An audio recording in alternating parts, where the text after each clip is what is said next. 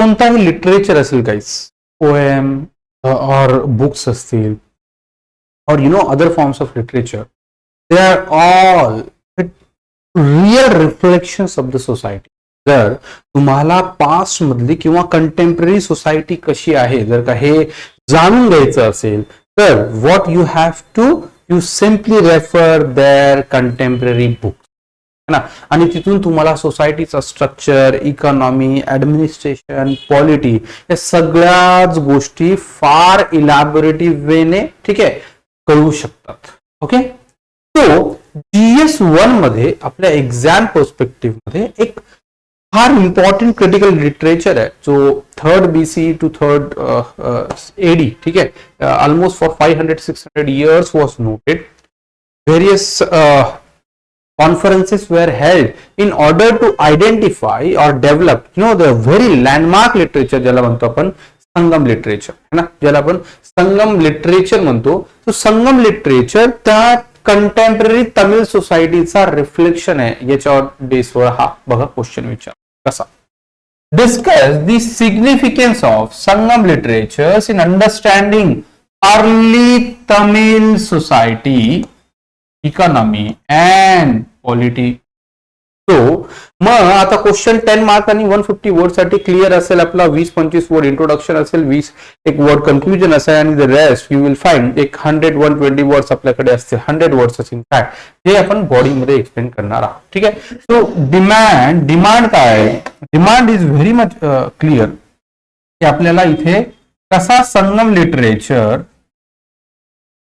हा society of contemporary time, economy of contemporary time and policy of contemporary time represent करतोय. ठीक आहे, तिन्ही ऍस्पेक्टला आपल्याला डील करायचं. अदरवाइज तुमच्याकडे असेल दॅट्स इक्वली गुड. मग इंट्रोडक्शन मध्ये काय असणार? Introduction is very much clear की तुम्हाला संगम लिटरेचर बद्दलच लिहायचं आहे. कधी होता, कसा होता, कुठे होता, अँड देन मग कोणती बुक्स असतील किंवा कंट्रीब्युशन्स असतील तर ते तुम्ही तिथे लिहू शकता. So 3rd BC to 3rd CE you will find Sangam literature was various conferences were organized by the contemporary rulers, Cheras, Cholas, Pandyas there in the Tamil region. ठीक है, west basically of South India. Various poet, plays, books have been written like Mani Meklai, Silapaddikaran. ठीक है. So various informations है ना by means of their debate discussion finally काही books म्हणा किंवा literature reveal झालंय आणि त्यालाच आज आपण काय म्हणतोय संगम लिटरेचर. ठीक आहे. मग आता हा कंटेम्पररी तमिळ सोसायटीचा कसा रिफ्लेक्शन आहे बघा. पहिला सामाजिक रचना, सोशल स्ट्रक्चर कसा विचारतो. तिनाई 5 ग्रेडेशन इन द सोसायटी. ठीक आहे, 5 डिफरंट सोसायटीला 5 पार्ट्स मध्ये डिवाइड केलं होतं आणि तो तिनाई आहे तो संगम लिटरेचरच्या बुक्स मध्ये सापडेल तुम्हाला. कास्ट लाईक क्लासिफिकेशन वर इक्वली देअर, आवासवर और अंथावर और दी वेरुगार. ठीक आहे, से हे काही असेल. Position of womens you will find Avvai are equally contributed like in like women equally contributed. That reflect की सोसायटीमध्ये विमेनचं स्टेटस अजून पण कंपॅरेटिव्हली बेटरच आहे. Then religion and beliefs here you will find Murugan generally animistic religion होता. ठीक आहे, जनरली अॅनिमिस्टिक रिलीजन आहे.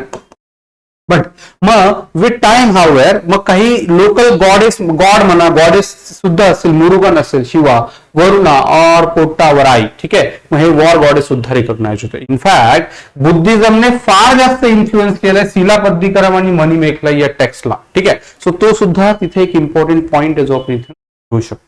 ओके, नेक्स्ट आहे इकॉनॉमिक और आर्थिक. येस, मग आता की इथे विचारतोय आपल्याला की कसा रिफ्लेक्शन ऑफ सोसायटी आहे. मग ऍग्रिकल्चर अँड लँड यूज कसा होता that is equally represented by means of this poems. Yes, you will find कसा paddy cultivation was pretty much common in the Pandyas in Cheras time. Irrigation project कसे घेतले होते किंवा कसे was were made very successful also. Trade and commerce with the Rome, trade and commerce with the Greece. ठीक आहे, south east Asian nation कसा प्रीव्हॅलंट होता ते सुद्धा इथे दाखवलं. Yes, economic activity. Urban centres like Madurai असेल, उरुगाई आहे, वांजी आहे. ठीक आहे, आणि बाकी अजून सेंटर्स पण you will find this are equally representative of how economy was faring that time particular. ठीक आहे. देन नेक्स्ट आहे पॉलिटिकल और राजनैतिक. ठीक आहे, और राजनैतिक.